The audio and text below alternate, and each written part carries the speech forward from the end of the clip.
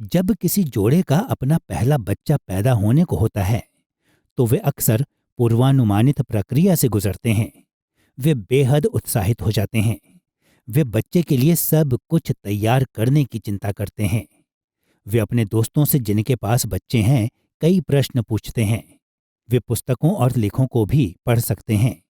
वे गर्भावस्था, जन्म प्रक्रिया और नए बच्चे की देखभाल के बारे में सब कुछ सीखना चाहते हैं। और हम में से जिनके पास पहले ही से बच्चे हैं वे समझ सकते हैं कि ऐसा क्यों होता है। आपका पहला बच्चा होने से आपका जीवन उन तरीकों में बदल जाता है जो कि नाटकीय, रोमांचक और थोड़ा डरावना हो सकता है। और कुछ ऐसा ही सत्य तब होना चाहिए जब हम अपने प्रभु यीशु के वापस लौटने का इंतजार कर रहे हैं। उसकी वापसी सब कुछ बदलने वाली है। इसलिए यह समझ में आता है कि जो कुछ होने वाला है उसे हम समझना चाहेंगे और उन तरीकों से जीना चाहेंगे जो उसके पृथ्वी वाले साम्राज्य के लिए हमें तैयार करते हैं। यही कारण है कि हम युगांत विद्या का अध्ययन करते हैं। यह हमारी श्रृंखला तेरा राज्य आए का तीसरा अध्याय है, युगांत विद्या का सिद्धांत, और हमने इसका शीर्षक रखा है राजा का आगमन। इस अध्याय में मसीह की वापसी या दूसरे आगमन और युग के अंत तक ले जाने वाली घटनाओं से इसके संबंध के बारे में बाइबल क्या कहती है उसका हम पता लगाएंगे। इससे पहले वाले अध्याय में हमने एस्केटोलॉजी को युग के अंत की विद्या या अंतिम बातों के सिद्धांत के रूप में परिभाषित किया था, और हमने कहा था कि व्यक्तिगत युगांत विद्या है इस बात का अध्ययन है कि अंतिम दिनों की घटनाओं का व्यक्तिगत मनुष्य कैसे अनुभव करता है। इस अध्याय में हालांकि हमारा विषय एक अलग उपश्रेणी में आता है जिसे सार्वजनिक युगांत विद्या कहा जाता है।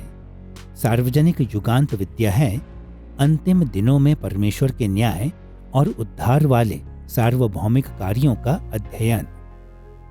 यह व्यक्तिगत युगांत विद्या के जैसे कुछ ऐसे ही मुद्दों को संबोधित करता है, लेकिन यह घटनाओं पर जोर देता है बजाय इसके कि कैसे अलग अलग व्यक्ति घटनाओं का अनुभव करते हैं। राजा के आगमन पर हमारी चर्चा 3 भागों में विभाजित होगी। सबसे पहले हम जांच करेंगे कि पवित्र शास्त्र मसीह के वापस लौटने के बारे में क्या कहता है। दूसरा, हम अंत समय के चिन्हों पर विचार करेंगे जो उसकी वापसी की ओर इशारा करते हैं। और तीसरा, हम सहस्राब्दी के लिए प्रमुख सुसमाचारीय दृष्टिकोणों का सर्वेक्षण करेंगे। आइए मसीह के वापस लौटने के साथ शुरू करते हैं। स्वर्ग जाने से पहले पृथ्वी वाली अपनी सेवकाई के अंत के करीब यीशु ने अपने अनुयायियों को आश्वासन दिया कि वह अंततः वापस लौटेगा।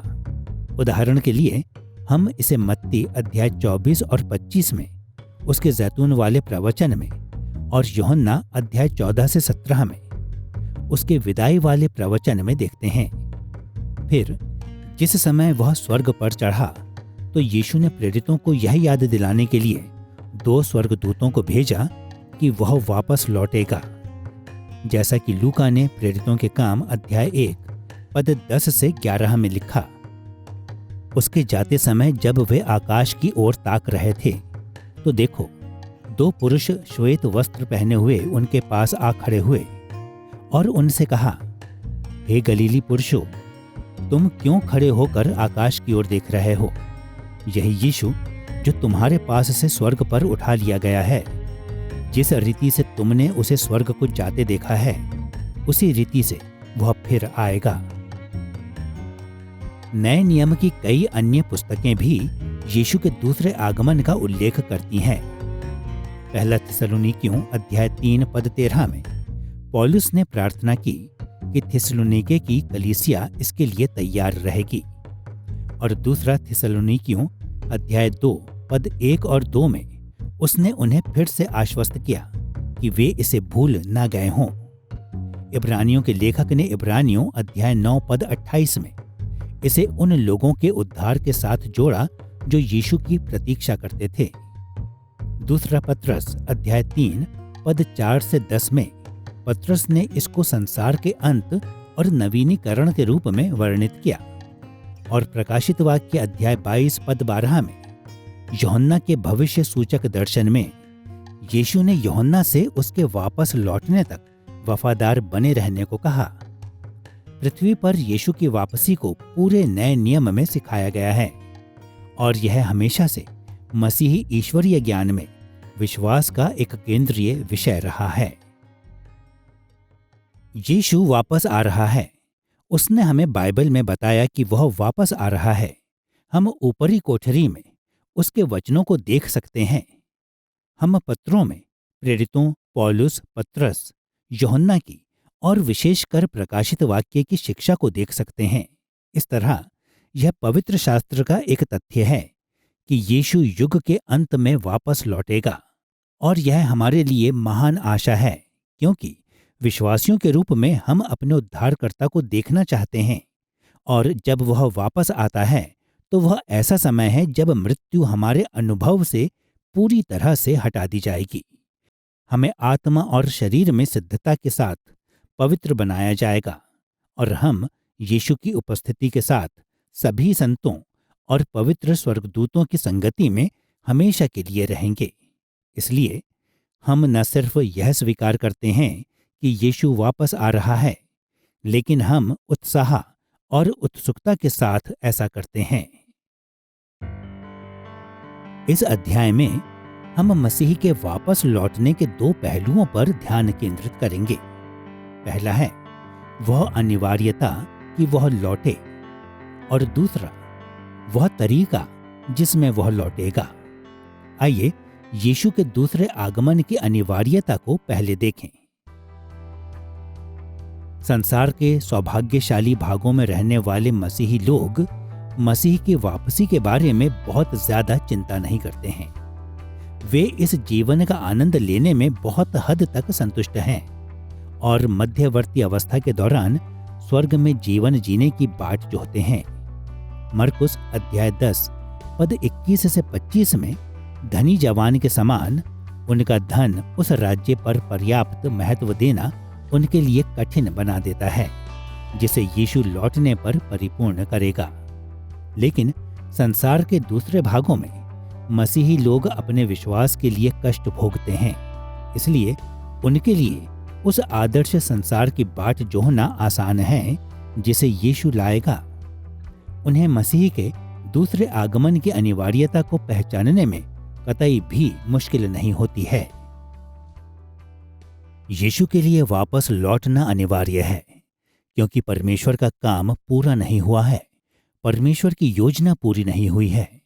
सृष्टि हुई, पाप में पतन हुआ, मसीह में उद्धार हुआ और अब परिपूर्णता होगी। इतिहास समाप्त होने को है। परमेश्वर सब चीजों को समेटने पर है। सभी चीजों को जो गलत हैं सही की जाएंगी और मसीह ने प्रतिज्ञा की है कि वह वापस लौटेगा। यूहन्ना अध्याय 14 में वह कहता है, वह हमारे लिए एक जगह तैयार करने जा रहा है और यदि वह हमारे लिए जगह तैयार करने को जाता है तो वह फिर आएगा और हमें अपने साथ ले जाएगा। मसीह जीवितों और मृतकों का न्याय करने के लिए भी वापस आ रहा है। कई ऐसे कारण हैं कि मसीह का वापस लौटना महत्वपूर्ण है। उनमें से एक जो महत्वपूर्ण है वह कि मसीह की वापसी मसीह के पुनरुत्थान की परिपूर्णता के समान है। वह जी उठा है। हाँ, वह जी उठा है, लेकिन वह जी उठा है ताकि वह फिर से आ सके। और यही वह बात है जिसे हम प्रभु भोज में कहते हैं, ठीक है? क्योंकि जब कभी तुम यह रोटी खाते और इस कटोरे में से पीते हो तो प्रभु की मृत्यु को जब तक वह ना आए प्रचार करते हो। यह सुसमाचार के संदेश के लिए सबसे महत्वपूर्ण है। मसीह की वापसी की अनिवार्यता के लिए कई कारण हैं, लेकिन हमारे उद्देश्य के लिए हम अब्राहम के उत्तराधिकारी के रूप में उसकी भूमिका और दाऊद के उत्तराधिकारी के रूप में उसकी भूमिका पर ध्यान केंद्रित करेंगे। आइए अब्राहम के उत्तराधिकारी के रूप में मसीह की भूमिका को पहले देखें। उत्पत्ति अध्याय 15 और 17 में अब्राहम के साथ परमेश्वर की वाचा में शामिल था अब्राहम और उसके वंशजों के लिए एक देश। और इन दोनों ही अध्यायों में उस देश को विशेष रूप से कनान के रूप में पहचाना गया है। वास्तव में यही वह कारण है कि बाइबल और धर्म विज्ञानी कनान को प्रतिज्ञा किए हुए देश के रूप में संदर्भित करते हैं। लेकिन उत्पत्ति अध्याय 17 पद 5 में परमेश्वर ने यह भी प्रतिज्ञा की कि अब्राहम बहुत राष्ट्रों का मूल पिता होगा। दूसरे शब्दों में, जबकि उसकी विरासत में कनान उसके मुख्य स्थान के रूप में शामिल होगा, लेकिन यह कनान तक ही सीमित नहीं होगा। रोमियो अध्याय 4 पद 13 में पौलुस ने इस प्रतिज्ञा की व्याख्या इस अर्थ में की कि पूरा संसार अब्राहम और उसके वंशजों की विरासत होगा। इसके अलावा उत्पत्ति अध्याय 17 की घटनाओं के कई वर्षों बाद परमेश्वर ने मोरिया पर्वत पर अब्राहम के साथ अपनी वाचा की पुष्टि की। उस समय पर परमेश्वर ने अब्राहम को उसके पुत्र इसहाक को होम बलि के रूप में परमेश्वर को चढ़ाने के लिए आज्ञा देकर उसकी परीक्षा की थी। 2 कारणों से यह एक चौंकाने वाली आज्ञा थी। सबसे पहला कि परमेश्वर ने इससे पहले मानव बलिदान की मांग नहीं की थी, और दूसरा उत्पत्ति अध्याय 17 में इसहाक की पहचान अब्राहम की वाचा वाली प्रतिज्ञाओं के वारिस के रूप में की गई थी। इसलिए यदि इसहाक मरता है तो परमेश्वर की प्रतिज्ञाएं विफल होते प्रतीत होंगी। लेकिन अंतिम क्षण में परमेश्वर ने इसहाक को मृत्यु से बचा लिया, और फिर परमेश्वर ने अब्राहम के साथ अपनी वाचा की पुष्टि उस तरीके में की जो यह सुनिश्चित करता है कि परमेश्वर की वाचा वाली सभी आशीषें अब इसहाक के माध्यम से साकार की जाएंगी। और परमेश्वर ने वाचा की शब्दावली में और विस्तार किया ताकि यह स्पष्ट रूप से पूरे संसार को शामिल करे। उत्पत्ति अध्याय 22 पद 17 और 18 में परमेश्वर ने अब्राहम से कहा, तेरा वंश अपने शत्रुओं के नगरों का अधिकारी होगा और पृथ्वी की सारी जातियां अपने को तेरे वंश के कारण धन्य मानेंगी। मूल इब्रानी भाषा में ये प्रतिज्ञाएं इसहाक को संदर्भित करती हैं, जो एक प्रारूप या पूर्वाभास था जिसने मसीह का पूर्व चित्रण किया। पहला, जिस शब्द का अनुवाद वंशज और संतान किया गया वह जेरह है, जिसका अर्थ है बीज। अब अपने एक वचन वाले रूप में जेरह बीजों की बड़ी संख्या का भी उल्लेख कर सकता है, लेकिन इस मामले में यह क्रिया याराश का एक वचन रूप लेता है, जिसका अनुवाद यहाँ अधिकारी होगा है, और स्वत्वात्मक सर्वनाम का एक वचन रूप जिसका अनुवाद यहाँ पर अपने है। तो इस अनुच्छेद का ज्यादा शाब्दिक अनुवाद होगा, तेरा वंशज अपने शत्रुओं के नगरों का अधिकारी होगा और पृथ्वी की सारी जातियां अपने को तेरे वंशज के कारण धन्य मानेंगी। दूसरे शब्दों में, अब्राहम की वाचा वाली प्रतिज्ञाएं उसके विशेष वंशज इसहाक के माध्यम से साकार होंगी, और इन प्रतिज्ञाओं में प्रतिज्ञा किए हुए देश को अधिकार में लेना और उस अधिकार को सभी राष्ट्रों तक विस्तारित करना शामिल है। इसहाक के दिनों में यह आशा थी कि वह उस देश में रहेगा जिसे उसने जीता था। बेशक जैसे जैसे इतिहास आगे बढ़ा और परमेश्वर ने अपनी योजना का और अधिक खुलासा किया, तो यह स्पष्ट हो गया कि इसहाक के लिए प्रतिज्ञाएं अंततः उसके वंशज यीशु के माध्यम से पूरी होंगी। यीशु को परमेश्वर के लिए एक मानव बलिदान के रूप में भी चढ़ाया जाएगा, लेकिन इस बार अंतिम क्षणों वाला बचाव नहीं होगा। जिस तरह अब्राहम की आज्ञाकारिता ने इसहाक को परमेश्वर के वाचा वाले लोगों के शासक के रूप में स्थान दिलाया था, यीशु की अपनी आज्ञाकारिता उसे वही अधिकार अर्जित कराएगी। और यीशु उनके बीच उन देशों में रहने के द्वारा जिन्हें उसने जीता है, व्यक्तिगत रूप से प्रत्येक देश को आशीषित करेगा। अब्राहम और इसहाक से की गई प्रतिज्ञाएं उन कारणों में से एक है कि यीशु का वापस लौटना अनिवार्य है। परमेश्वर ने शपथ ली कि अब्राहम के वंशजों में से एक उसके शत्रुओं को पराजित करेगा और पूरे संसार को उसके निवास के रूप में अधिकार में लेगा। और नया नियम इस बात को स्पष्ट करता है कि यीशु वह वंशज है जिसके माध्यम से ये प्रतिज्ञाएं साकार होंगी।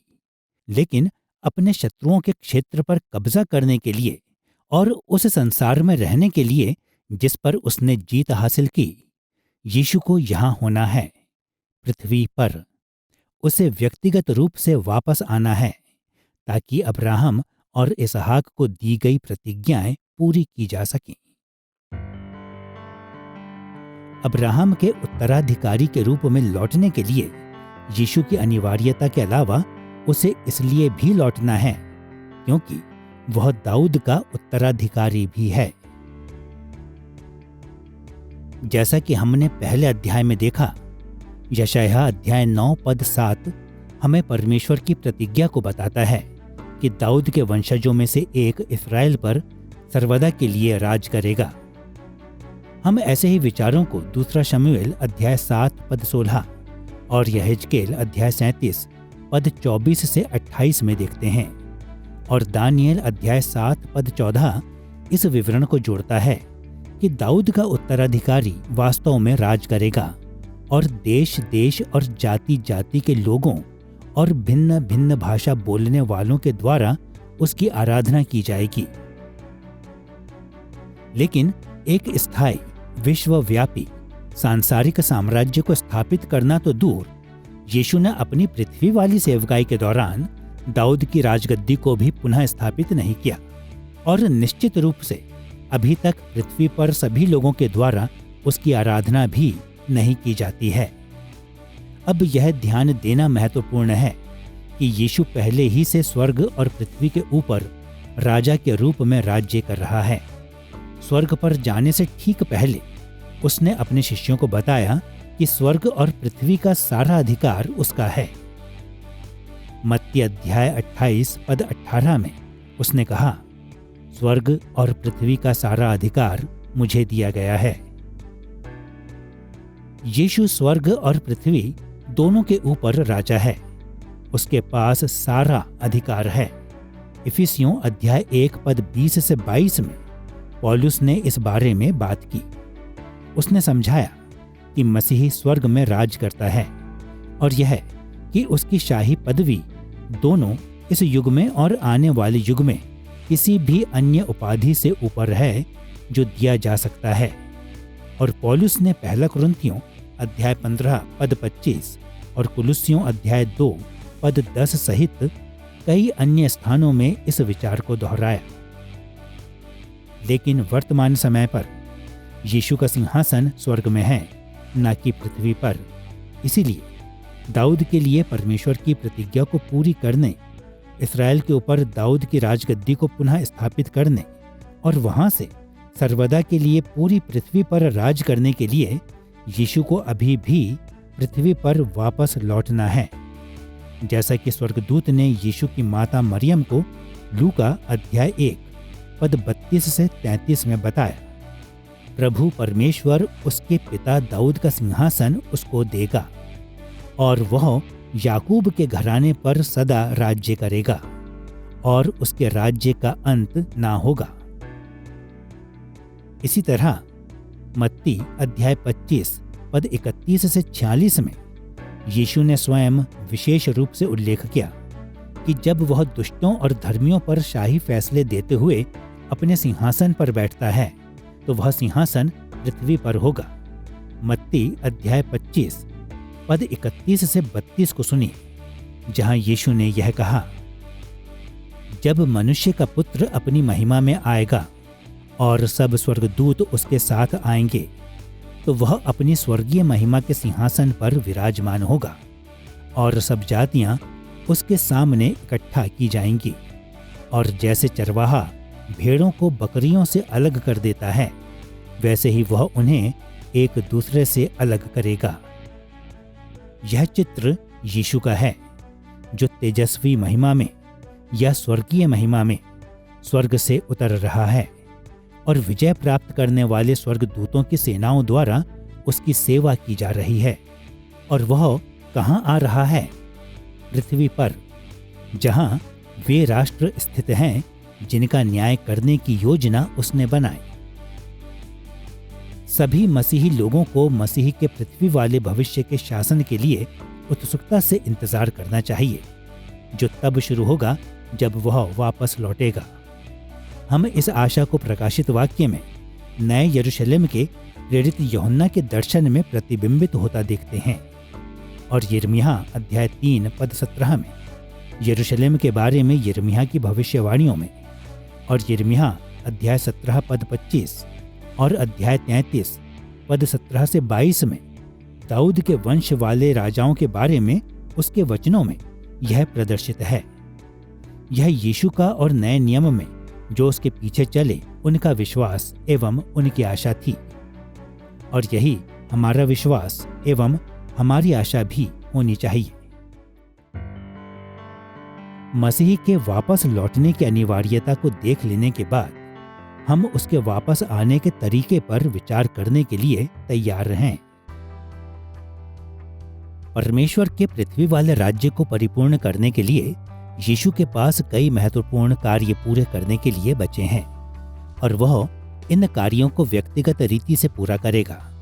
इसलिए हम जानते हैं कि वह वापस आ रहा है, लेकिन वह कैसे वापस आ रहा है और यह किस तरह का दिखाई देगा, और हम उसे कैसे पहचानेंगे? सबसे सरल शब्दों में, यीशु सारी सृष्टि के ऊपर विजयी जीत प्राप्त करते हुए राजा के रूप में स्वर्ग से उतरेगा। हम मसीह के वापस लौटने के तरीके के 4 पहलुओं का उल्लेख करेंगे। यह व्यक्तिगत, शारीरिक, दृश्यमान एवं विजयी होगा। आइए इस तथ्य को पहले देखें कि यह व्यक्तिगत होगा। जैसा कि हमने देखा, अब्राहम और दाऊद को दी गई प्रतिज्ञाओं को पूरा करने हेतु यीशु के लिए व्यक्तिगत रूप से पृथ्वी पर लौटना आवश्यक है। राज्य के अगले चरण को प्रभावित करने के लिए वह सिर्फ अपने पवित्र आत्मा को नहीं भेजेगा, हालांकि पवित्र आत्मा निश्चित रूप से शामिल रहेगा, और वह सिर्फ अपनी कलीसिया के माध्यम से कार्य नहीं करेगा। हालांकि हम निश्चित रूप से उन घटनाओं में भाग लेंगे जो उसके राज्य को परिपूर्ण करते हैं। उसकी वापसी एक रूपक नहीं है जिसका उपयोग नया नियम खोए हुओं के बड़े पैमाने पर मन फिराव या सभी राष्ट्रों में शांति प्रसार या पूरे संसार में कलीसिया की जीत का वर्णन करने के लिए करता है। वास्तव में यह रूपक तो बिल्कुल भी नहीं है। अपने कार्य को पूरा करने के लिए यीशु वास्तव में व्यक्तिगत रूप में वापस आ रहा है। जब यीशु मृतकों में से जी उठा, लेकिन स्वर्ग में आरोहण करने से पहले उसने परमेश्वर के राज्य के बारे में अपने विश्वास योग्य प्रेरितों को शिक्षा देने में 40 दिन बिताए। फिर प्रेरितों के काम अध्याय 1 पद 4 और 5 में उसने समझाया कि सेवकाई के लिए कलीसिया को सशक्त करने हेतु वह पवित्र आत्मा को भेजने जा रहा है। इसके प्रत्युत्तर में प्रेरितों के काम अध्याय 1 पद 6 में प्रेरितों ने उससे पूछा, हे प्रभु, क्या तू इसी समय इस्राएल को राज्य फेर देगा? यह प्रश्न एक महत्वपूर्ण धारणा को उजागर करता है, विशेष रीति से कि स्वयं यीशु राज्य को इस्राएल के लिए पुनः स्थापित करेगा। प्रेरितों को स्वाभाविक रूप से आश्चर्य होता है कि क्या यीशु के अन्य युगांतरकारी कार्य उनके द्वारा पवित्र आत्मा को ग्रहण करने के बाद तुरंत पूरे होंगे।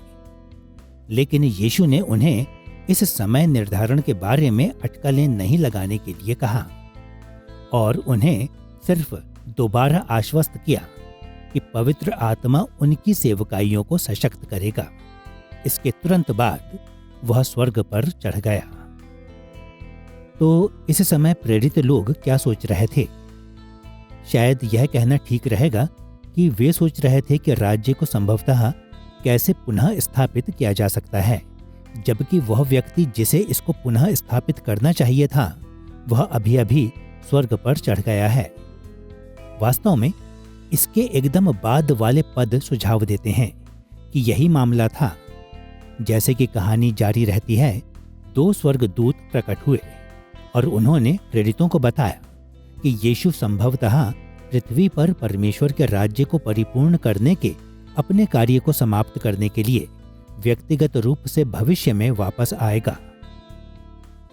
जैसे कि हमने प्रेरितों के काम अध्याय 1 पद 11 में पहले पढ़ा था। स्वर्गदूतों ने प्रेरितों से पूछा, हे गलीली पुरुषों, तुम क्यों खड़े आकाश की ओर देख रहे हो? यही यीशु जो तुम्हारे पास से स्वर्ग पर उठा लिया गया है, जिस रीति से तुमने उसे स्वर्ग को जाते देखा है, उसी रीति से वह फिर आएगा। यह तथ्य कि यीशु चला गया, इसका अर्थ यह नहीं है कि वह राज्य को पुनः स्थापित करने के बारे में भूल गया था। इसके विपरीत वह अपने सांसारिक राज्य को पूरा करने के लिए व्यक्तिगत रीति से वापस आ रहा था। प्रेरित पतरस इस वास्तविकता से इतना आश्वस्त था कि यह उसकी सुसमाचार प्रस्तुति का हिस्सा बन गया। प्रेरितों के काम अध्याय 3 पद 21 में पतरस ने भीड़ से जो कहा उसे सुनिए। अवश्य है कि यीशु स्वर्ग में उस समय तक रहे जब तक कि परमेश्वर सब बातों का सुधार ना कर ले। नए नियम के कई अन्य लेखकों एवं व्यक्तियों ने भी यह तर्क दिया कि यीशु पृथ्वी पर परमेश्वर के मसीहा वाले राज्य को परिपूर्ण करने के लिए व्यक्तिगत रूप से वापस आएगा। लेकिन यह विचार शायद पौलुस के लेखन में सबसे आम है। उदाहरण के लिए 1 कुरिन्थियों अध्याय 15 पद 23 और फिलिपियों अध्याय 3 पद 20 और 21 जैसे स्थानों में पौलुस ने मसीह की व्यक्तिगत वापसी को विश्वासियों के पुनरुत्थान के साथ जोड़ा। 2 तीमुथियुस अध्याय 4 पद 8 में उसने कहा कि परमेश्वर उन सभी को इनाम देगा जो उत्सुकता से मसीह के वापस लौटने का इंतजार करते हैं।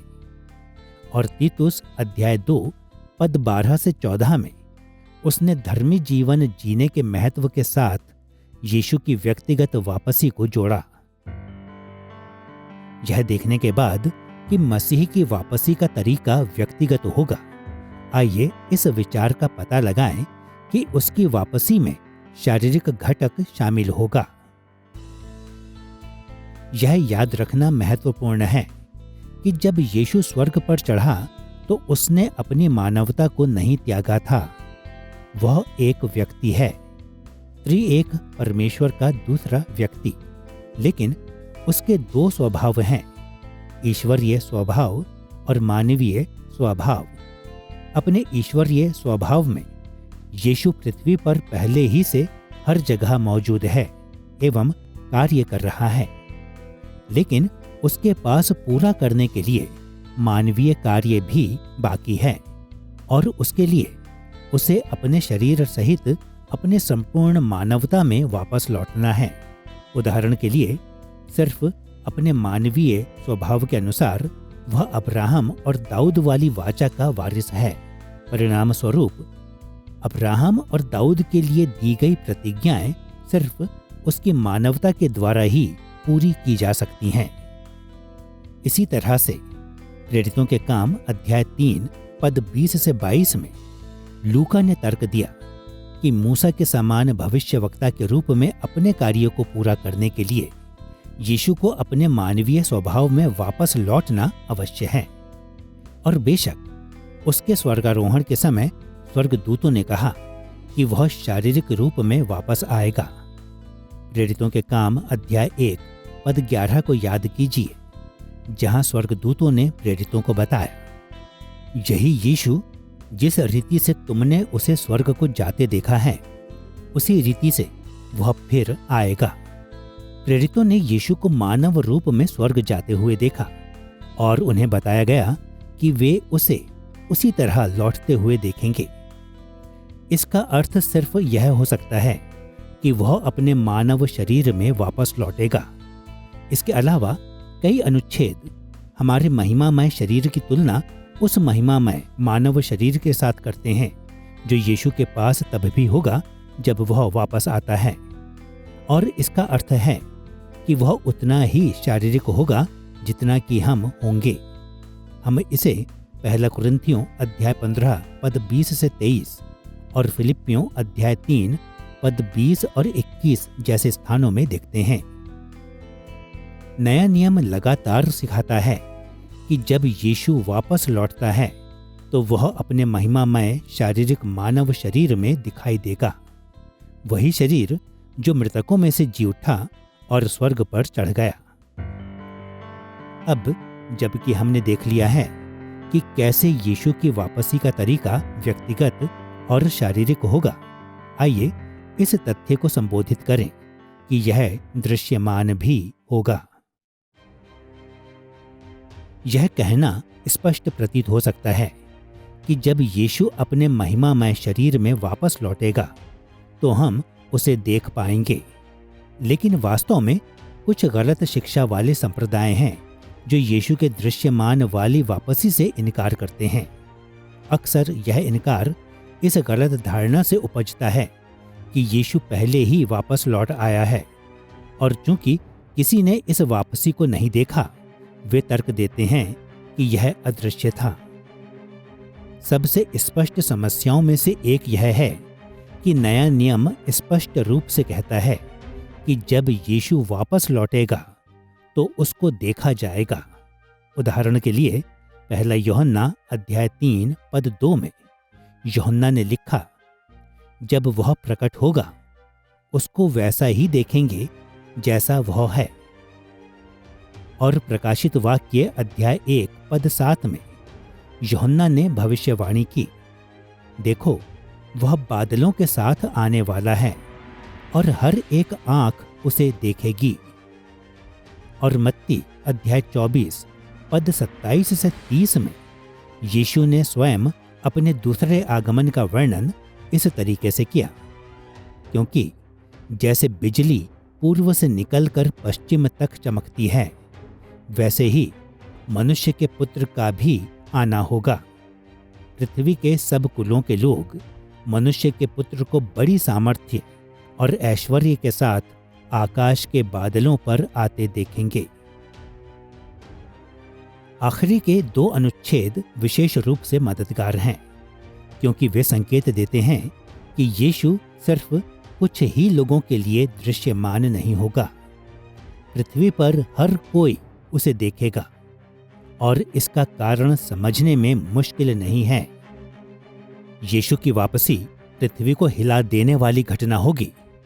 उसकी महिमा की चमक सूर्य के समान होगी और उसकी स्वर्गीय सेना आकाश को भर देगी, और फिर प्रत्येक मनुष्य को उसके न्याय सिंहासन पर उसका सामना करना होगा, जैसा कि यीशु ने मत्ती अध्याय 16 पद 27 में सिखाया। मनुष्य का पुत्र अपने स्वर्गदूतों के साथ अपने पिता की महिमा में आएगा, और उस समय वह हर एक को उसके कामों के अनुसार प्रतिफल देगा। नया नियम हमें बताता है कि जैसे बिजली पूर्व से निकलकर पश्चिम तक चमकती है, वैसे ही मनुष्य के पुत्र का भी आना होगा। यह सुझाव देता है कि यह अत्यधिक दृश्यमान होने जा रहा है, और वास्तव में कुछ ऐसा है कि इससे छूट जाना असंभव है। और पौलुस की पत्रियों की भाषा में वह एक बड़े शोर और तुरही की आवाज के साथ मसीह के दूसरे आगमन की बात करता है। फिर ये ऐसी बातें हैं जो मुझे सुझाव देती हैं कि दूसरा आगमन कुछ ऐसा है जिससे हम चाहकर भी बच नहीं सकते। यह लीक से हटकर परमेश्वर का कार्य यह सुनिश्चित करने के लिए है कि हम इस प्रलय रूपी ऐतिहासिक घटना को देखें। इसलिए मैं कहूँगा कि यह पूरी तरह से दृश्यमान दिखाई देने वाला है, और मसीह की वापसी के समय तक पृथ्वी पर जीवित कोई भी मनुष्य इसे देखने से बच नहीं सकता है। अभी तक हमने मसीह की वापसी के तरीके को व्यक्तिगत, शारीरिक और दृश्यमान रूप में वर्णित किया है। अब आइए देखते हैं कि यह कैसे विजयी भी है। अपने पहले आगमन के दौरान यीशु विजयी होने के अलावा बाकी सब कुछ दिखाई दिया था। वह एक गरीब दीन परिवार में पैदा हुआ था। उसने कभी भी राजनीतिक या सैन्य शक्ति को हासिल नहीं किया और मृत्यु में उसने स्वयं को एक अपराधी के रूप में दोषी ठहराए जाने और मारे जाने की अनुमति दी, जैसा कि पौलुस ने फिलिपियों अध्याय 2 पद 7 से 8 में लिखा।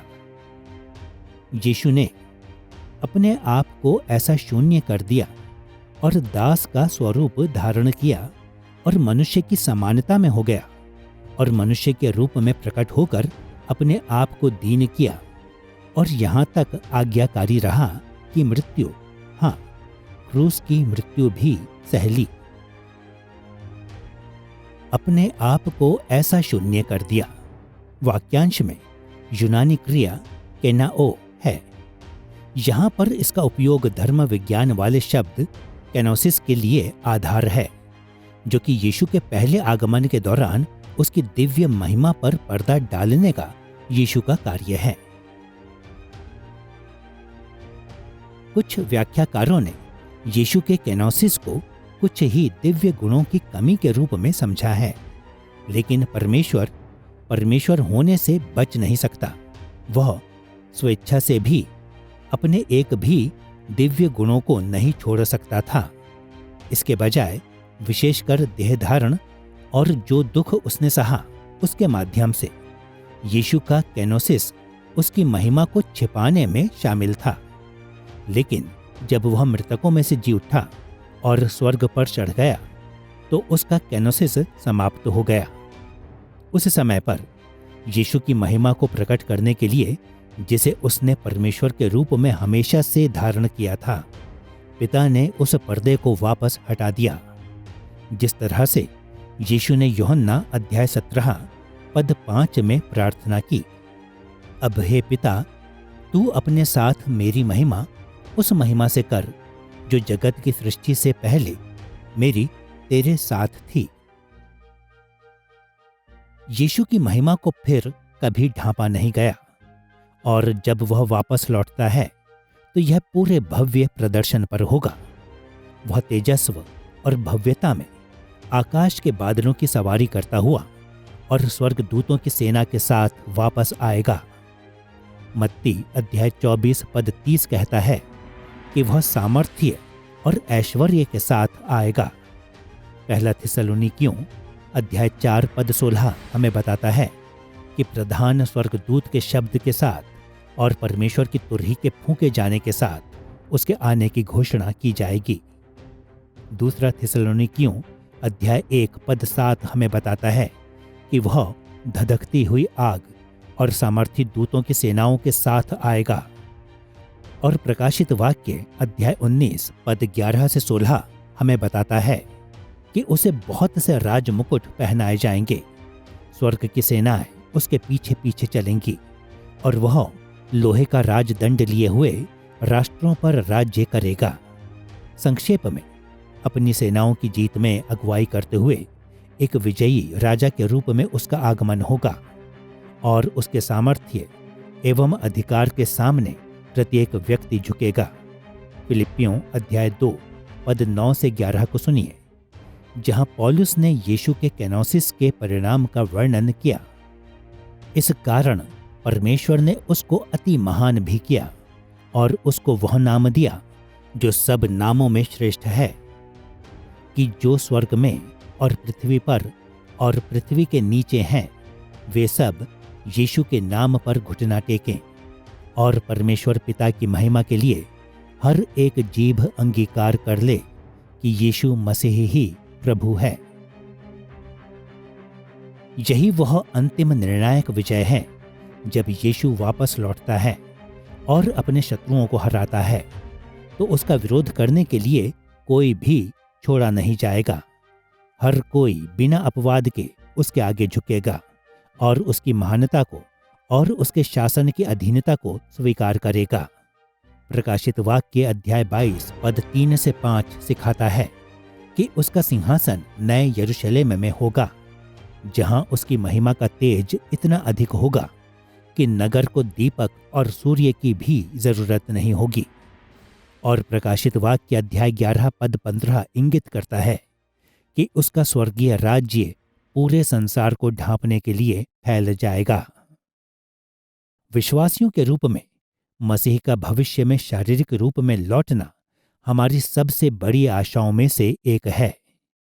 जब मसीह लौटता है तो सृष्टि को सिद्ध किया जाएगा और परमेश्वर की महिमा पूरे संसार भर में दिखाई देगी। उस समय तक उन तरीकों से जीना हमारे कर्तव्यों का एक हिस्सा है जो उस अंतिम निर्णायक विजय की आशा रखते एवं घोषणा करते हैं। अपने राजा का सम्मान करने और उसके आगमन के लिए उसके राज्य को तैयार करने के लिए हमें पवित्र बनना है, लेकिन कुछ मायनों में उसकी देरी के लिए हमें आभारी भी होना चाहिए। क्यों? क्योंकि यीशु के रुकने का हर एक दिन उसके शत्रुओं के लिए पश्चाताप करने का एक अवसर है, ताकि वे उसकी क्षमा को अभी भी और उसके अनंत आशीषों को जब वह वापस लौटता है तो प्राप्त करें। अब जबकि हमने मसीह की वापसी के संबंध में राजा के आगमन पर विचार कर लिया है, आइए अपने दूसरे प्रमुख विषय को संबोधित करें, अंत समय के चिन्ह। जब हम अंत समय के चिन्ह की बात करते हैं तो हमारे ध्यान में वे घटनाएं हैं जो परमेश्वर के युगांतरकारी समय रेखा की प्रगति को इंगित करते हैं। जैसा कि हमने पहले वाले अध्याय में देखा, अंतिम दिन या अंतिम समय 3 चरणों में उजागर होते हैं। पृथ्वी पर मसीहा वाले परमेश्वर के राज्य का उद्घाटन, जो यीशु के पहले आगमन के दौरान घटित हुआ। राज्य की निरंतरता, जिसमें हम अभी रहते हैं, और राज्य की भविष्य में परिपूर्णता, जो यीशु के वापस लौटने पर घटित होगा। हमारे अध्याय के इस भाग में हमारा संबंध मुख्यतः मसीह की महिमामय वापसी के लिए चिन्हों के साथ है। हम 3 भागों में अंत समय के चिन्हों पर चर्चा करेंगे। सबसे पहले हम देखेंगे कि मसीह की वापसी का समय एक दिव्य रहस्य है। दूसरा, हम मसीह की वापसी के कुछ महत्वपूर्ण पूर्व सूचनाओं पर प्रकाश डालेंगे। और तीसरा, हम कुछ व्याख्यात्मक रणनीतियों की पहचान करेंगे जिनका उपयोग धर्म विज्ञानियों ने इन पूर्व सूचनाओं को समझाने के लिए किया है।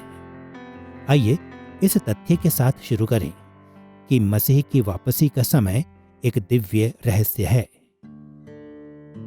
मत्ती अध्याय 24 पद 3 में यीशु के शिष्य उससे पूछते हैं, ये बातें कब पूरी होंगी और तेरे आने का और जगत के अंत का क्या चिन्ह होगा? इससे पहले कि वे उससे यह प्रश्न पूछते, शिष्यों को एहसास हुआ कि यीशु थोड़ी देर के लिए उन्हें छोड़कर जा रहे हैं और फिर वापस आएंगे।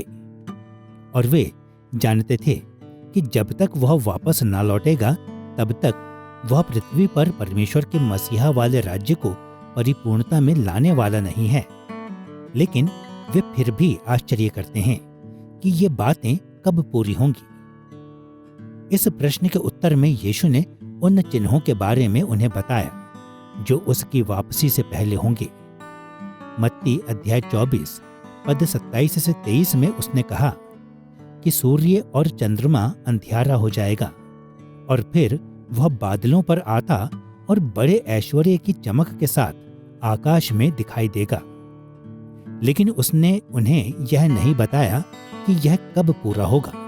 वास्तव में वह उन्हें बता नहीं सकता था, क्योंकि यह एक दिव्य रहस्य था जिसे वह भी नहीं जानता था। जैसा कि उसने मत्ती अध्याय 24 पद 36 में कहा, उस दिन और उस घड़ी के विषय में कोई नहीं जानता, न स्वर्ग के दूत और न पुत्र, परंतु केवल पिता। अपने मानवीय स्वभाव के दृष्टिकोण से यहाँ तक कि यीशु को भी नहीं पता था कि वह कब वापस लौटेगा। अफसोस की बात है कि पूरे इतिहास में कई धर्म विज्ञानियों ने स्वयं को यीशु की तुलना में ज्यादा समझदार और बेहतर रीति से सूचित समझा है और उसकी वापसी की तारीखों को निर्धारित करने की कोशिश की है, लेकिन वे सभी गलत साबित हुए हैं। जैसा कि यीशु ने मरकुस अध्याय 24 पद 42 से 44 में कहा, इसलिए जागते रहो, क्योंकि तुम नहीं जानते कि तुम्हारा प्रभु किस दिन वापस आएगा। जिस घड़ी के विषय तुम सोचते भी नहीं हो, उसी घड़ी मनुष्य का पुत्र आ जाएगा। मत्ती अध्याय 25 पद 13, मरकुस अध्याय 13 पद 32 और 33, लूका अध्याय 12 पद 40, पहला थिस्सलुनीकियों अध्याय 5 पद 2 और दूसरा पत्रस अध्याय 3 पद 10 सहित कई अन्य अनुच्छेद इस बात की पुष्टि करते हैं कि यीशु की वापसी का समय अनजाना है। मसीह के आगमन के समय के बारे में यदि एक बात जिसे पवित्र शास्त्र स्पष्ट रूप से कहता है, तो वह यह है कि सिर्फ परमेश्वर जानता है कि यह कब पूरा होगा। दूसरा कोई और इसकी भविष्यवाणी नहीं कर सकता। यह देखने के बाद कि अंत समय के चिन्ह इस दिव्य रहस्य को प्रकट नहीं करेंगे कि कब मसीह वापस लौटेगा, आइए उसके दूसरे आगमन के लिए कुछ महत्वपूर्ण पूर्व सूचनाओं का पता लगाएं। चाहे भले ही हम नहीं जान सकते कि यीशु कब आएगा, फिर भी पवित्र शास्त्र कई परिस्थितियों का उल्लेख करता है जो उसकी वापसी के लिए पूर्व सूचनाएं हैं। सामान्यतः ये पूर्व सूचनाएं पूर्ण नहीं हैं, जैसा कि हमने पहले वाले अध्याय में देखा। परमेश्वर की भविष्यवाणियां मौलिक रूप से सशर्त हैं। जिस तरह से कुम्हार मिट्टी को अलग अलग बर्तन में ढाल सकता है, वैसे ही परमेश्वर के पास भी स्वतंत्रता है कि वह भविष्य के बारे में भविष्यवाणियों को कैसे पूरा करता है। फिर भी वे परिस्थितियां जो पहले होंगी, पवित्र शास्त्र कहता है कि वे हमारा मार्गदर्शन भी करेंगी। वे इस बारे में वैध अपेक्षाओं को बनाते हैं कि भविष्य कैसे प्रकट होगा, और जब हम मसीह के आगमन के लिए तैयारी करते हैं तो वे हमें चेतावनी देते एवं प्रोत्साहित करते हैं। परमेश्वर के राज्य के लिए शैतानी विरोध के साथ शुरू करते हुए हम मसीह की वापसी के सबसे प्रमुख पूर्व सूचनाओं में से सिर्फ 3 का उल्लेख करेंगे। पवित्र शास्त्र सिखाता है कि शैतान और उसकी शैतानी सेना ने पूरे इतिहास में परमेश्वर के राज्य के प्रसार का विरोध किया है। इसलिए शैतानी विरोध कोई नई बात नहीं है, लेकिन पवित्र शास्त्र यह भी सिखाता है कि शैतानी विरोध की एक विशेष रूप से भयानक समयावधि यीशु की वापसी से पहले होगी। प्रकाशित वाक्य अध्याय 7 पद 14 इसे महाक्लेश कहता है।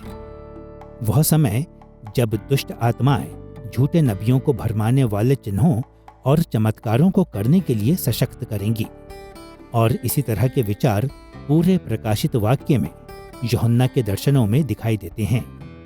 उदाहरण के लिए प्रकाशित वाक्य अध्याय 16 पद 13 से 14 में यूहन्ना ने लिखा, मैंने 3 अशुद्ध आत्माओं को मेंढकों के रूप में निकलते देखा। ये चिन्ह दिखाने वाली दुष्ट आत्माएं हैं। संसार के अंत के आसपास होने वाली घटनाओं के साथ इसे जोड़कर यीशु ने महाक्लेश के बारे में मत्ती अध्याय 24 पद 21 में भी बात की, और यूहन्ना के समान उसने कहा कि झूठे चिन्ह और चमत्कार इसकी विशेषता होगी। जैसा कि यीशु ने मत्ती अध्याय 24 पद 24 में कहा, झूठे मसीही और झूठे भविष्यवक्ता उठ खड़े होंगे और बड़े चिन्ह और अद्भुत काम दिखाएंगे कि यदि हो सके तो चुने हुओं को भी भरमा दें। स्पष्ट रूप से परमेश्वर के विरोध में शैतानी ताकतें हर उस चाल और शक्ति का उपयोग उसके राज्य के लिए उसकी योजनाओं में बाधा डालने के लिए करेंगे जो उनके पास है। मसीह की वापसी के लिए दूसरी पूर्व सूचना परमेश्वर के राज्य के लिए मानव विरोध है। पवित्र शास्त्र बताता है कि परमेश्वर के शैतानी विरोध के साथ कई मनुष्य सहयोग करेंगे। उदाहरण के लिए प्रकाशित वाक्य अध्याय 13 इंगित करता है कि शैतान 2 पशुओं का इस्तेमाल करेगा, एक भूमि से और एक समुद्र से। यह इंगित नहीं करता है कि ये पशु व्यक्तियों, लोगों के समूहों या संस्थानों का प्रतिनिधित्व करते हैं या नहीं, लेकिन वे मानव प्रतीत होते हैं। एक बात जरूर है, वे मानवता को उस तरीके से प्रभावित करते हैं जिसका तात्पर्य समाजों और सरकारों पर नियंत्रण है। दूसरी बात, भूमि से निकलने वाले पशु की पहचान उससे की गई है जिसे प्रकाशित वाक्य अध्याय 13 पद 18 मनुष्य का अंक या मानवता का अंक या शायद व्यक्ति का अंक कहता है। इन पशुओं के रूप में व्यक्तियों के अलावा प्रकाशित वाक्य अध्याय 16 पद 13, अध्याय 19 पद 20 और अध्याय 20 पद 10 में एक शक्तिशाली झूठे भविष्यवक्ता का उल्लेख है। परमेश्वर के राज्य के लिए मानव विरोध दूसरा थिस्सलुनीकियों अध्याय 2 पद 1 से 10 में भी दिखाई देता है, जो विद्रोह और पाप के पुरुष का उल्लेख करता है। पाप के पुरुष को झूठे चमत्कार करने के लिए शैतान द्वारा शक्ति दी जाएगी और वह अंततः स्वयं को परमेश्वर घोषित करेगा। और कम उल्लेखनीय विरोध भी मौजूद रहेगा, जैसे कि झूठे भविष्यवक्ता और झूठे मसीह, जिनका उल्लेख मत्ती अध्याय 24 पद 24 में है और पहला यूहन्ना अध्याय 2 पद 18 में बताए गए कई मसीही विरोधी। जब हम नए नियम में शैतानी कार्य के बारे में या पहला यूहन्ना में मसीही विरोधी के बारे में या प्रकाशित वाक्य की पुस्तक में पशु के बारे में पढ़ते हैं, तो हम जानते हैं कि ये सभी दुष्ट चरित्र, ये सभी दुष्ट देवता, यदि आप मान सकेंगे तो वे सिर्फ वही कर सकते हैं जो परमेश्वर उन्हें करने की अनुमति देता है। और इसके परिणाम स्वरूप यह लगभग अय्यूब की पुस्तक के समान है। शैतान आता है और जो वह कर सकता है उसकी अनुमति यहोवा से मांगता है। और इस तरह यह ऐसा नहीं है कि परमेश्वर और शैतान इस द्वैतवादात्मक लड़ाई में हैं और हम निश्चित नहीं हैं कि कौन जीतेगा। यह ऐसा है कि परमेश्वर अपनी योजना पर काम कर रहा है और यहाँ तक कि दुष्ट जन भी उन संस्थाओं में से एक है जिसका उपयोग वह यह सुनिश्चित करने के लिए करता है कि उसकी योजना पूरी हो जाए। इसलिए कुछ भी नहीं, चाहे वह पशु क्यों ना हो या मसीही विरोधी या स्वयं दुष्ट शैतान ही क्यों ना हो, कोई भी परमेश्वर की योजना को रोक नहीं सकता है। और वास्तव में उन सभी संस्थाओं का उपयोग यह सुनिश्चित करने के लिए किया जाता है कि परमेश्वर की योजना उस तरीके से आगे बढ़े जैसे उसे बढ़ना चाहिए। दूसरे आगमन के लिए तीसरी पूर्व सूचना है सफल विश्वव्यापी सुसमाचार प्रचार। मत्ती अध्याय 24 पद 14 में यीशु ने यह भविष्यवाणी की थी, राज्य का यह सुसमाचार सारे जगत में प्रचार किया जाएगा कि सब जातियों पर गवाही हो, तब अंत आ जाएगा। परमेश्वर का राज्य जिस गंभीर विरोध के विभिन्न प्रकारों का सामना करता है, उसके बावजूद राज्य अपने सुसमाचार संदेश को सफलतापूर्वक राष्ट्रों में प्रचार करेगा। यीशु ने इस भविष्यवाणी के बाद कम से कम 2 बार इस विचार को दोहराया। महान आदेश में, जिसे उसने अपने पुनरुत्थान के बाद जारी किया, उसने 11 विश्वास पात्र शिष्यों को राष्ट्रों को सुसमाचार प्रचार करने और जो इसे ग्रहण करते हैं उन्हें प्रशिक्षण देने के लिए कहा। और उसने सुसमाचार प्रचार और प्रशिक्षण के इस कार्य को युग के अंत तक राज्य की संपूर्ण निरंतरता के साथ जोड़ा। मत्ती अध्याय 28 पद 19 से 20 में उसके वचनों को सुनिए। इसलिए तुम जाओ, सब जातियों के लोगों को चेला बनाओ, और देखो मैं जगत के अंत तक सदा तुम्हारे संग हूं। युग के अंत के लिए यीशु का संदर्भ सुझाव देता है कि वह जानता था कि 11 इस काम को पूरा नहीं करेंगे और यह कि कलीसिया को इसे जारी रखना होगा। यीशु ने अपने स्वर्गारोहण से ठीक पहले अंतिम क्षणों में इसी तरह की बात की।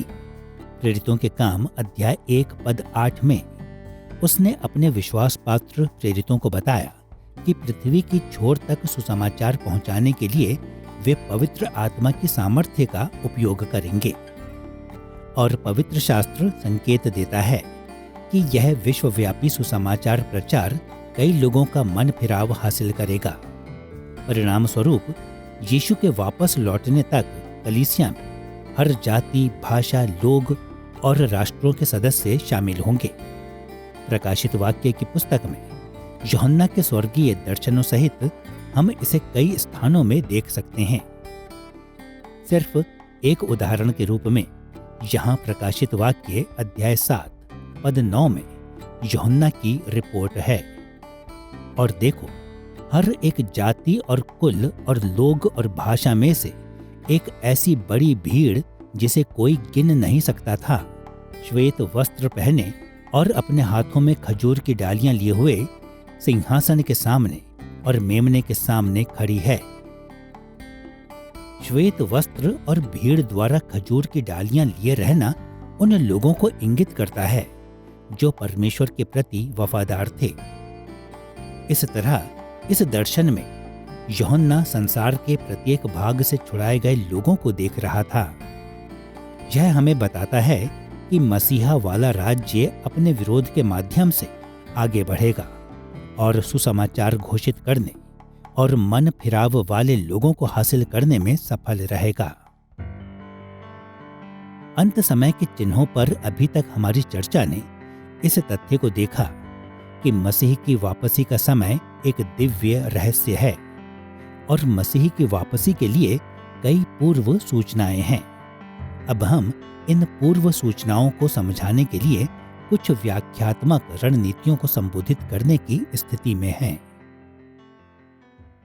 सभी सुसमाचारी लोग सहमत हैं कि कलीसिया को हमेशा विरोध का सामना करना पड़ा है और यह भविष्य में भी विरोध का सामना करना जारी रखेगा।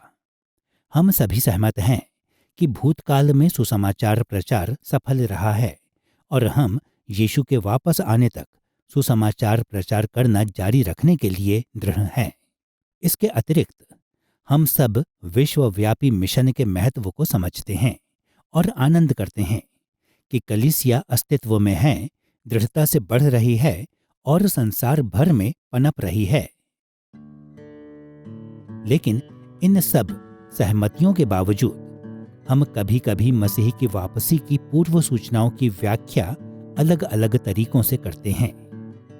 सामान्यतः सुसमाचारीय व्याख्यात्मक रणनीतियां 4 प्रमुख प्रवृत्तियों को प्रदर्शित करती हैं।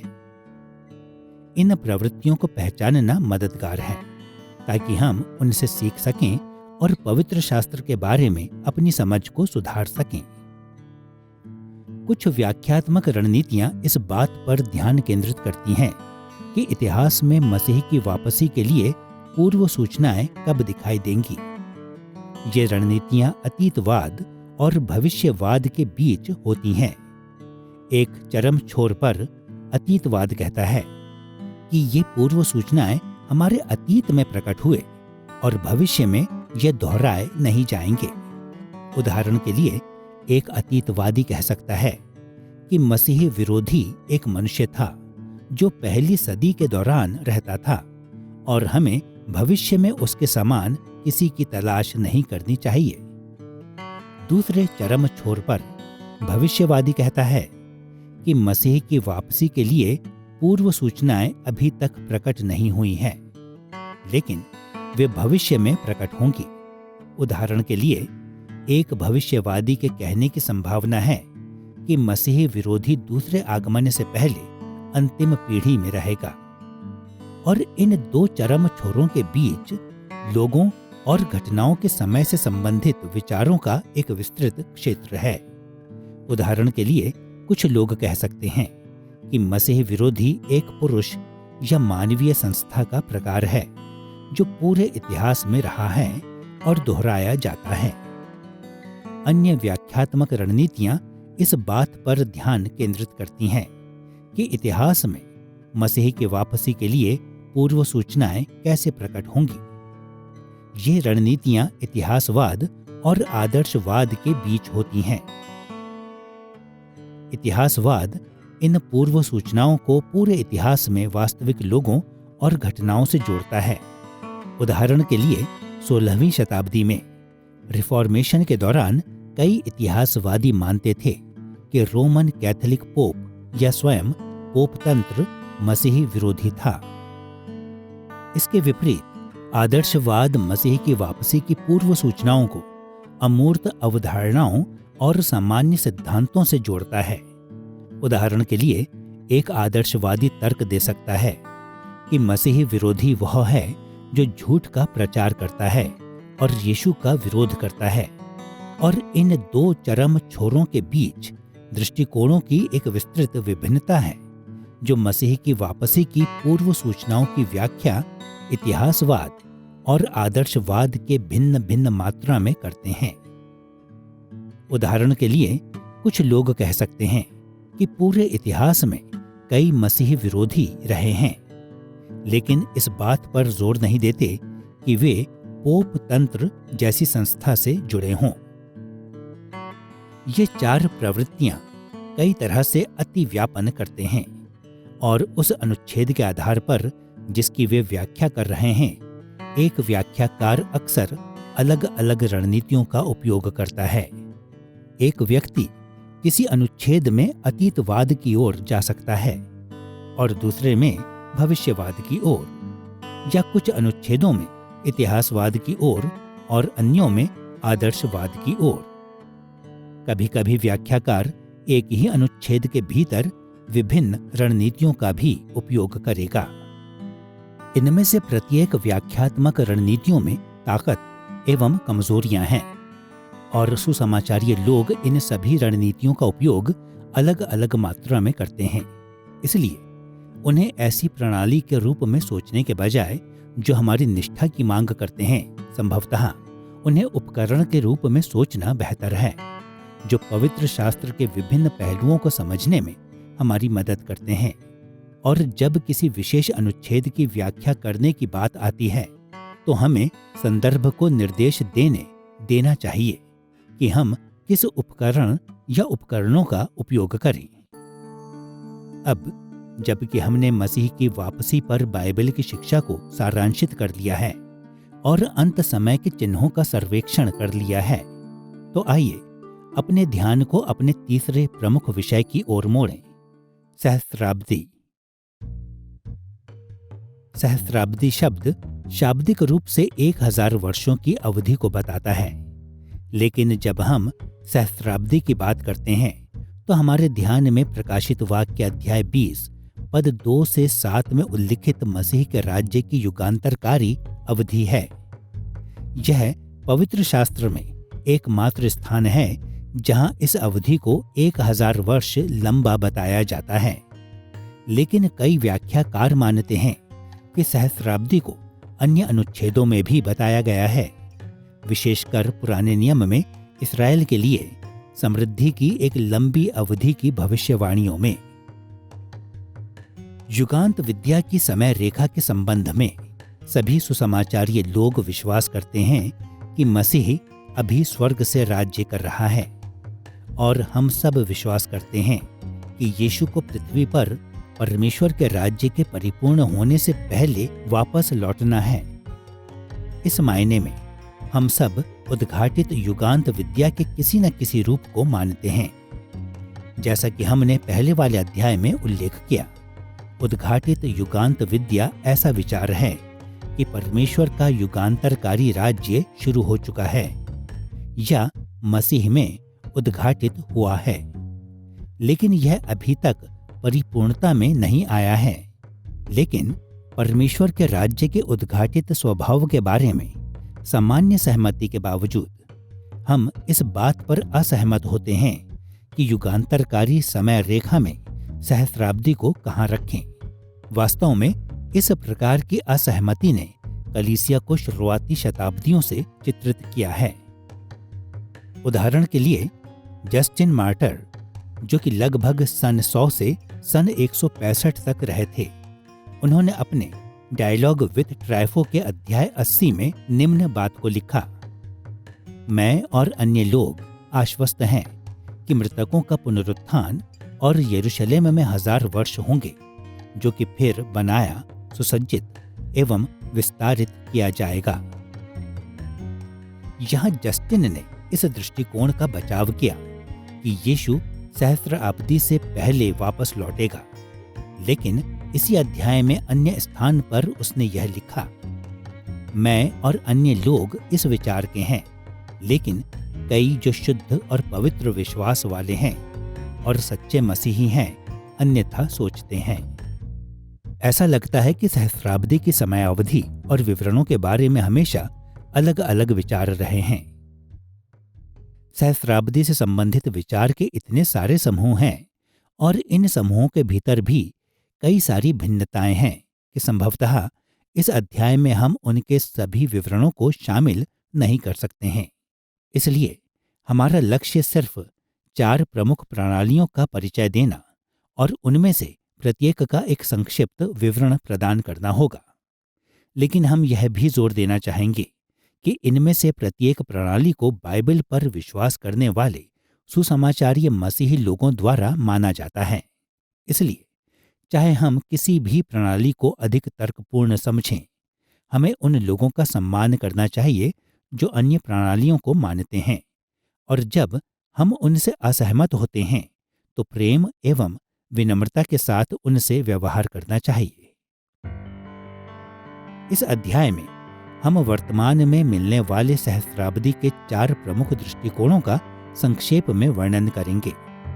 ऐतिहासिक पूर्व सहस्राब्दवाद, युगों वाला पूर्व सहस्राब्दवाद, उत्तर सहस्राब्दवाद और असहस्राब्दवाद। आइए पहले ऐतिहासिक पूर्व सहस्राब्दवाद को देखें। ऐतिहासिक पूर्व सहस्राब्दवाद 2 पूर्व सहस्राब्दवाद वाली प्रणालियों में से एक है, जिसकी हम जांच करेंगे। पुराने लेखनों में इसे अक्सर क्लियाज़म कहा जाता है, जो कि यूनानी शब्द किलियोई से है, जिसका अर्थ 1000 है।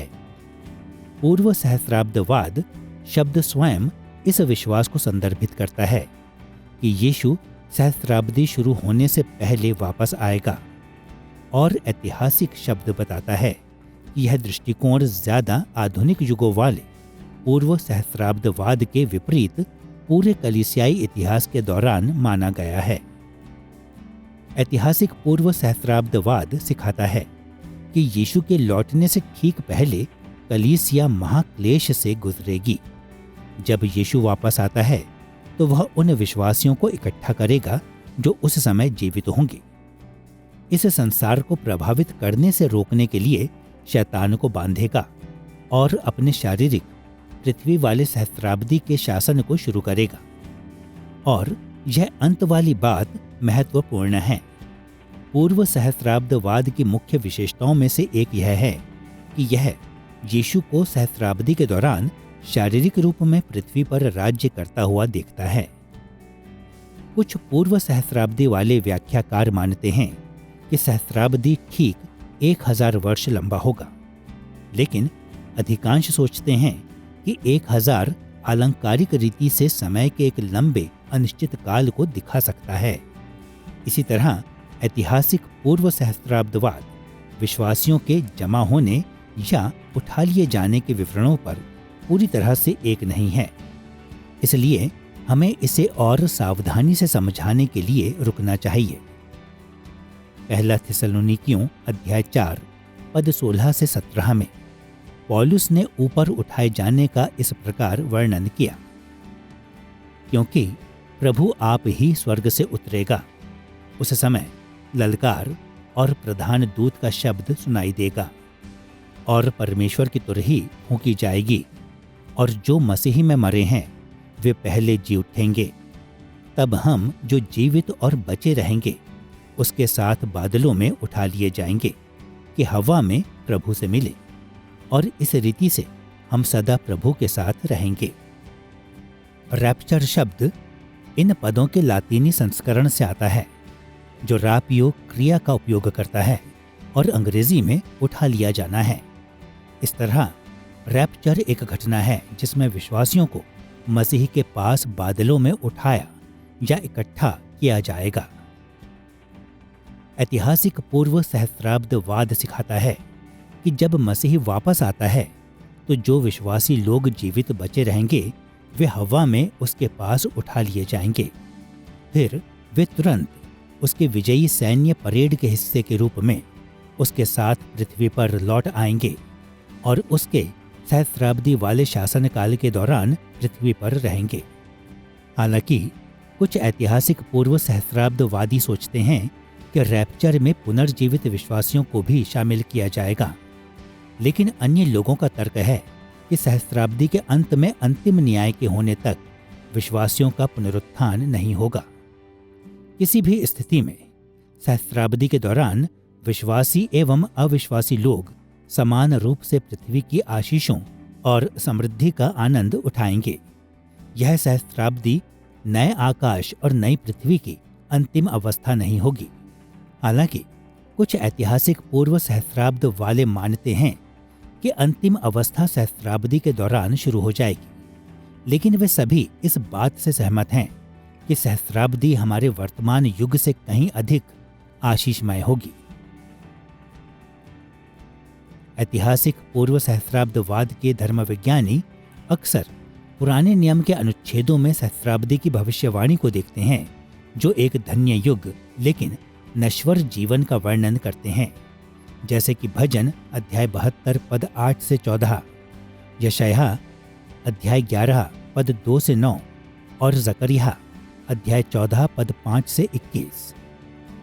दोनों पूर्व सहस्राब्दी प्रणालियों के विशिष्ट घटकों में से एक यह है कि अविश्वासियों को सहस्राब्दी के अंत तक पुनर्जीवित नहीं किया जाएगा, लेकिन सहस्राब्दी के दौरान पृथ्वी पर फिर भी अविश्वासी लोग रह रहे होंगे और वहां अभी भी भ्रष्टाचार और मौत होगी।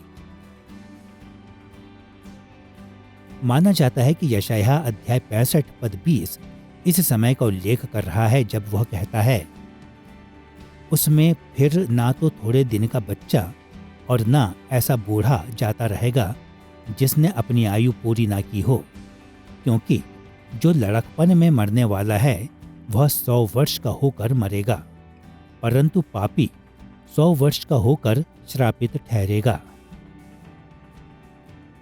पूर्व सहस्राब्दवादी मानते हैं कि यशायाह ने एक ऐसे समय की भविष्यवाणी की थी जब लोग आज की तुलना में अधिक समय तक जीवित रहेंगे, और वे तर्क देते हैं कि यशायाह अध्याय 11 पद 10 और 11 जैसे पुराने नियम के अन्य अनुच्छेद सुझाव देते हैं कि इस समय पर भी पापी उद्धार पाने की कोशिश करेंगे, क्योंकि ये विवरण वर्तमान अवस्था और अंतिम अवस्था से मेल नहीं खाते हैं। इसलिए इनकी व्याख्या सहस्राब्दी के लिए संदर्भ के रूप में की जाती है। सहस्राब्दी के अंत में ऐतिहासिक पूर्व सहस्राब्दी वाले कहते हैं कि शैतान का विद्रोह होगा। इसके बाद उन सभी का पुनरुत्थान होगा जो पहले पुनर्जीवित नहीं किए गए थे। फिर अंतिम न्याय होगा। इस समय पर नए आकाश और नई पृथ्वी पर परमेश्वर का अनंत राज्य पूरी तरह से आ जाएगा। मूल रूप से मैं प्रकाशित वाक्य अध्याय 20 की पूर्व सहस्राब्दी वाली व्याख्या को मानता हूं, क्योंकि इस अनुच्छेद को पढ़ने का यह सबसे सरल तरीका है। मेरे अनुसार यह देखना स्वाभाविक है कि प्रकाशित वाक्य अध्याय 19 के अंत में पशु और झूठे भविष्यवक्ता को आग की झील में डाल दिया गया है, और फिर शैतान को नहीं। सर्प को आग की झील में नहीं फेंका जाता है, उसे 1000 वर्ष के लिए बांधा जाता है, और फिर 1000 वर्षों से पहले विश्वासियों का पुनरुत्थान होता है और वे मसीह के साथ 1000 वर्ष के लिए राज्य करते हैं, और फिर 1000 वर्षों के अंत में शैतान को छोड़ा जाता है और फिर उसे पकड़ा जाता है और केवल तब उसे आग की झील में फेंका जाता है जहां पशु और झूठा भविष्यवक्ता पहले ही से थे। यह देखने के बाद कि ऐतिहासिक पूर्व सहस्राब्दवाद किस तरह से सहस्राब्दी को देखता है, आइए युगों वाले पूर्व सहस्राब्दवाद के विशेष विचारों पर एक नजर डालते हैं।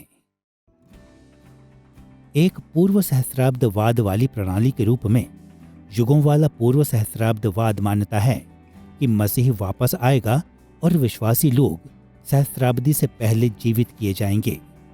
सहस्राब्दी के दौरान यीशु शारीरिक रूप से पृथ्वी पर राज्य करेगा और सहस्राब्दी के बाद अविश्वासी लोग पुनर्जीवित किए और दंडित किए जाएंगे।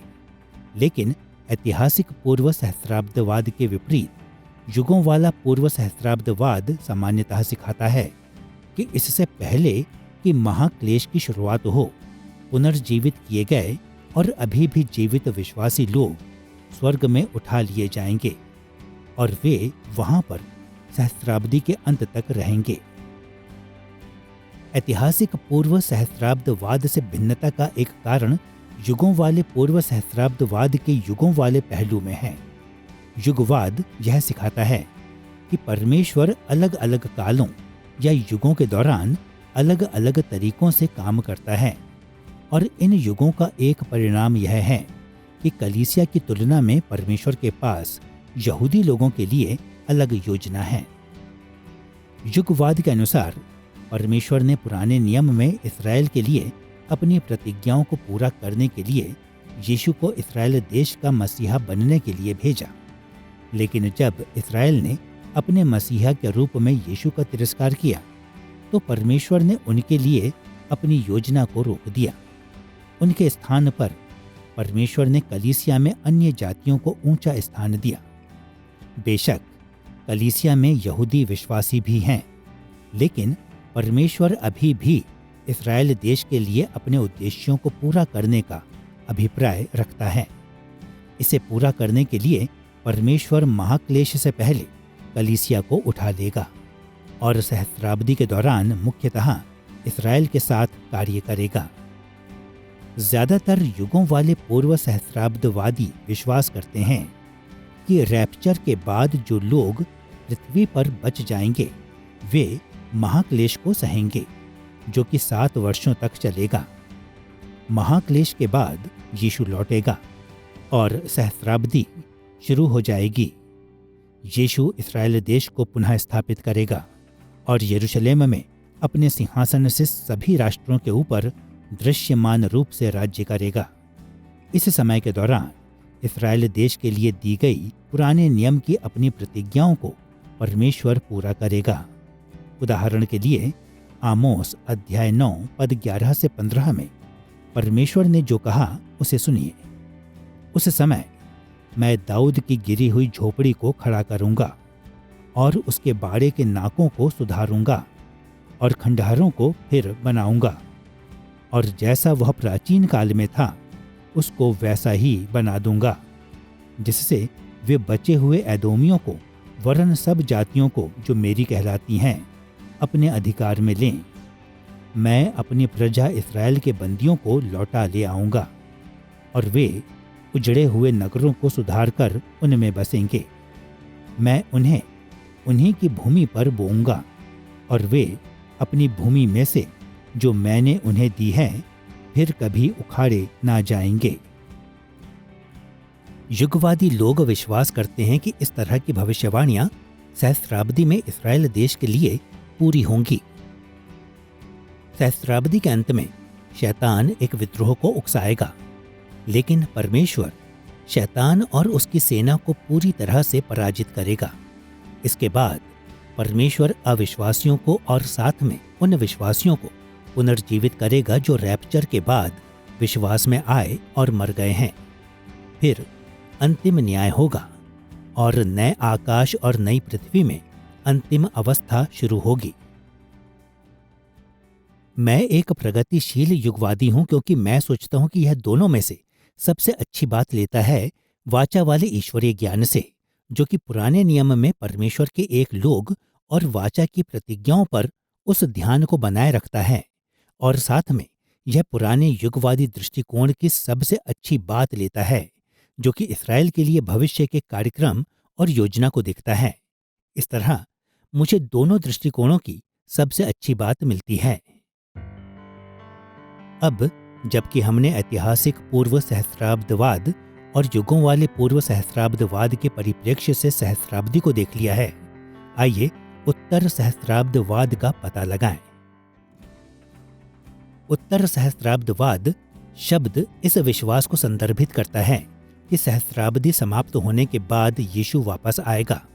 यह दोनों पूर्व सहस्त्राब्दवादों से स्पष्ट रूप से विपरीत है, जो कहते हैं कि वह सहस्त्राब्दी के शुरू होने से पहले वापस लौटेगा।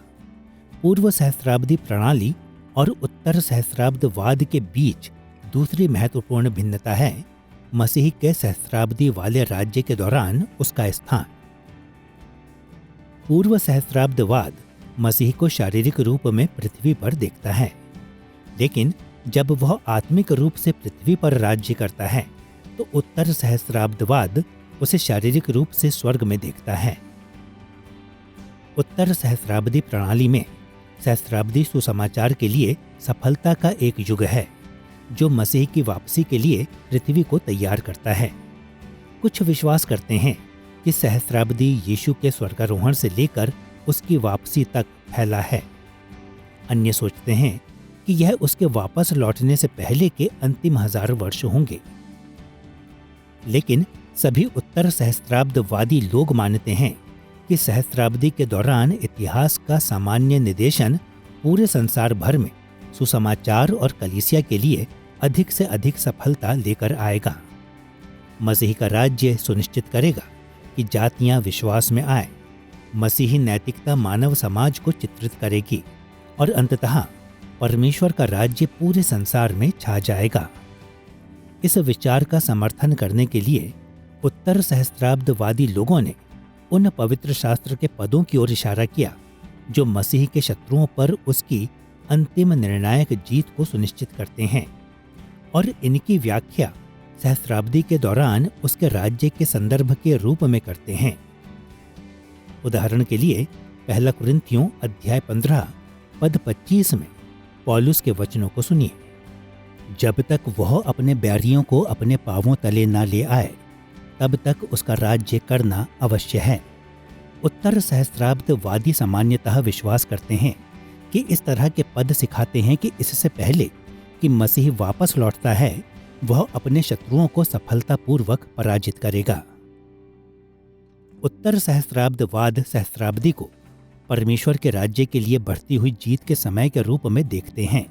इसलिए महाक्लेश के संबंध में यह कभी कभी अतीतवादी दृष्टिकोण को यह विश्वास करते हुए अपनाता है कि यह ईसा के बाद पहली सदी में हो चुका है। फिर भी लगभग सभी उत्तर सहस्त्राब्दवादी लोग सहस्त्राब्दी के अंत में शैतान के विद्रोह और जब मसीह लौटता है तो शैतान की पराजय को स्वीकार करते हैं। ऐतिहासिक पूर्व सहस्त्राब्दवाद के कुछ प्रकारों के समान उत्तर सहस्त्राब्दवाद सिखाता है कि रैप्चर में पुनर्जीवित और उस समय जीवित विश्वासी लोग शामिल होंगे। ये लोग प्रभु से जब वह आता है तो आकाश में मिलेंगे और तुरंत उसके विजयी सैन्य परेड के हिस्से के रूप में उसके साथ पृथ्वी पर लौटेंगे। अविश्वासियों को भी इस समय पुनर्जीवित किया जाएगा और विश्वासियों एवं अविश्वासियों दोनों पर यीशु अपने अंतिम न्याय को सुनाएगा। अंत में वह नए आकाश और नई पृथ्वी को लाएगा और अंतिम अवस्था शुरू हो जाएगी। मैं सोचता हूं कि उत्तर सहस्त्राब्दवाद दृष्टिकोण की पुष्टि करने के लिए सबसे अधिक विवश करने वाले बाइबल के कारणों में से एक है कि जब आप संपूर्णता में छुटकारे के इतिहास को देखते हैं, अलग अलग समयों में उत्तर सहस्त्राब्दवादी लोगों ने एक निश्चित 1000 वर्ष के सुनहरे युग में विश्वास किया है। लेकिन आज कई कहते हैं कि वे उत्तर सहस्त्राब्दी हैं जो किसी भी तरह के सुनहरे युग में विश्वास नहीं करते हैं।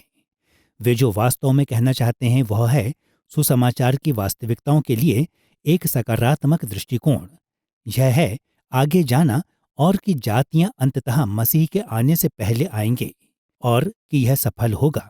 और जब हम प्रकाशित वाक्य में देखते हैं तो हम देखते हैं जब वे भीड़ की ओर देख रहे हैं, पूरी पृथ्वी को नए आकाश और नई पृथ्वी में वह हर एक जाति, भाषा और देश से परमेश्वर के स्वरूपों से भरी हुई है। और मैं सोचता हूं कि पूरे पवित्र शास्त्र के लिए यहाँ एक प्रगतिशील प्रवाह है। इस वास्तविकता की ओर इशारा करते हुए कि पूरी पृथ्वी को उसके स्वरूपों से भरने के लिए अंततः परमेश्वर की शुरुआती योजना आदम और हव्वा के लिए उसकी शुरुआती बुलाहट सच हो जाएगी, और यह कि पूरी पृथ्वी के ऊपर परमेश्वर के सच्चे लोग होंगे जो छुड़ाए गए हैं और मसीह के स्वरूप में नए बनाए गए हैं। ऐतिहासिक पूर्व सहस्राब्दवाद, युगों वाले पूर्व सहस्राब्दवाद और उत्तर सहस्राब्दवाद का सर्वेक्षण करने के बाद हम चौथे प्रमुख युगांतरकारी प्रणाली को संबोधित करने के लिए तैयार हैं। असहस्राब्दवाद शब्द का शाब्दिक अर्थ है कोई सहस्राब्दी नहीं। इसका नाम इस विश्वास को संदर्भित करता है कि सहस्राब्दी सचमुच में 1000 वर्ष लंबा नहीं होगा। दूसरी प्रणालियां भी अनुमति देती हैं कि 1000 वर्ष वाला वाक्यांश आलंकारिक हो सकता है, लेकिन असहस्राब्दवाद के सभी रूप आलंकारिक समझ पर जोर देते हैं। उत्तर सहस्राब्दवाद के कुछ रूपों के समान असहस्राब्दवाद भी सहस्राब्दी को मसीह के स्वर्गारोहण और वापसी के बीच की संपूर्ण समयावधि को मानते हैं। इस समय के दौरान यीशु स्वर्ग में अपने सिंहासन से पृथ्वी पर राज्य करता है, और उत्तर सहस्राब्दवाद के सभी रूपों के समान असहस्राब्दवाद विश्वास करता है कि यीशु सहस्राब्दी के बाद वापस आएगा। असहस्राब्दवाद को उत्तर सहस्राब्दवाद से जो बात अलग करती है वह है कि असहस्राब्दवाद इस बात पर जोर नहीं देता कि यीशु का सहस्राब्दी वाला राज्य लगातार फैलेगा और संसार को सुधारेगा। असहस्राब्दवाद के दृष्टिकोण से कलीसिया का अनुभव, सफलता और बढ़ोतरी स्वयं कलीसिया के कार्यों और परमेश्वर के देखरेख वाले मुफ्त कार्यों के द्वारा बहुत हद तक निर्धारित होगी। इस तरह यह संभव है कि संसार परमेश्वर के प्रति अधिक से अधिक वफादार बनना जारी रखे, लेकिन यह भी संभव है कि ऐसा ना हो। महाक्लेश के संबंध में कुछ असहस्राब्दवादी लोग विश्वास करते हैं कि यह कलीसियाई इतिहास के शुरू में हो चुका है, और अन्य लोग इसे सहस्राब्दी के अंत में शैतान के विद्रोह के साथ जोड़ते हैं। इस बिंदु से आगे असहस्राब्दवाद और उत्तर सहस्राब्दवाद में कोई अंतर नहीं है। जब यीशु वापस आएगा तो वह शैतान के विद्रोह को कुचल देगा। वह पुनर्जीवित किए गए और उस समय पर जीवित विश्वासियों को उठा लेगा और तुरंत उनके साथ पृथ्वी पर लौटेगा।